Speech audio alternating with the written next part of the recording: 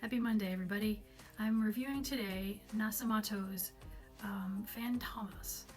This is a really interesting fragrance. It's one of those where you hear people say it's a work of art. It's not for everyone, not a safe blind buy. But having said all of that, it is quite interesting. It came on a little card with a little reservoir in the middle filled with liquid. So it was not sprayable or dabbable. It was pourable. So the first thing that I had to do was use everything that was in the reservoir, which was about a milliliter.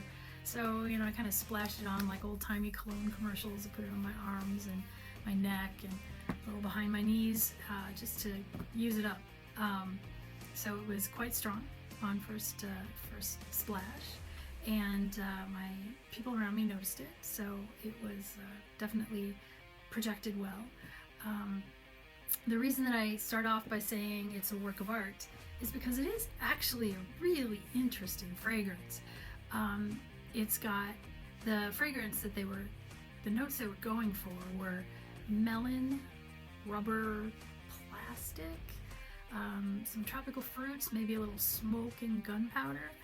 They also say that notes of caramel and cashmerean are in there, which should mellow it out a bit.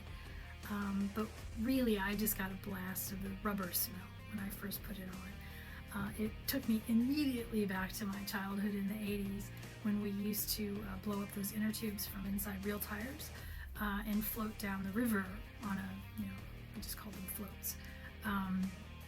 And it smelled very much like the sun hitting those rubber tubes, maybe mixed with the tiniest bit of sweetness from a tropical sunscreen maybe.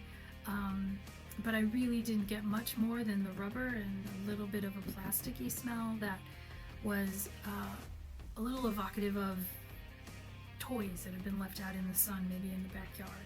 So this was very nostalgic for me, really reminded me of childhood scents. I didn't smell a lot of the caramel or the cashmerean or even the fruits so much, aside from the fact that the rubber was mellowed with a little bit of sweetness. But it's not bad. Like, I didn't feel the need to wash it off.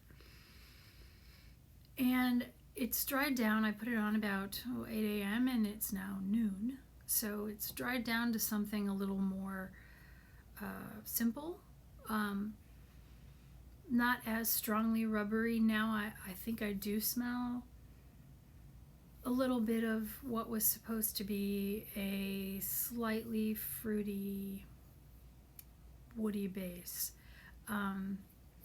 But it definitely had hugely evocative and industrial notes when I first put it on. I would say I gave it a 4 out of 10 because it's not something I want in a full bottle for myself, but it certainly could be interesting for people who like unique scents, who like industrial, who veer towards the metallic. This one isn't metallic, but it does have those other smells you would get kind of in an industrial setting.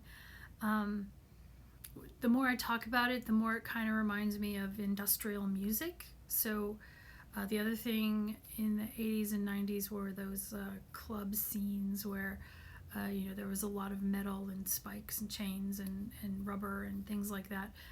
Not in a bad way, but in a this is a capturing a moment in time, or a musical genre that is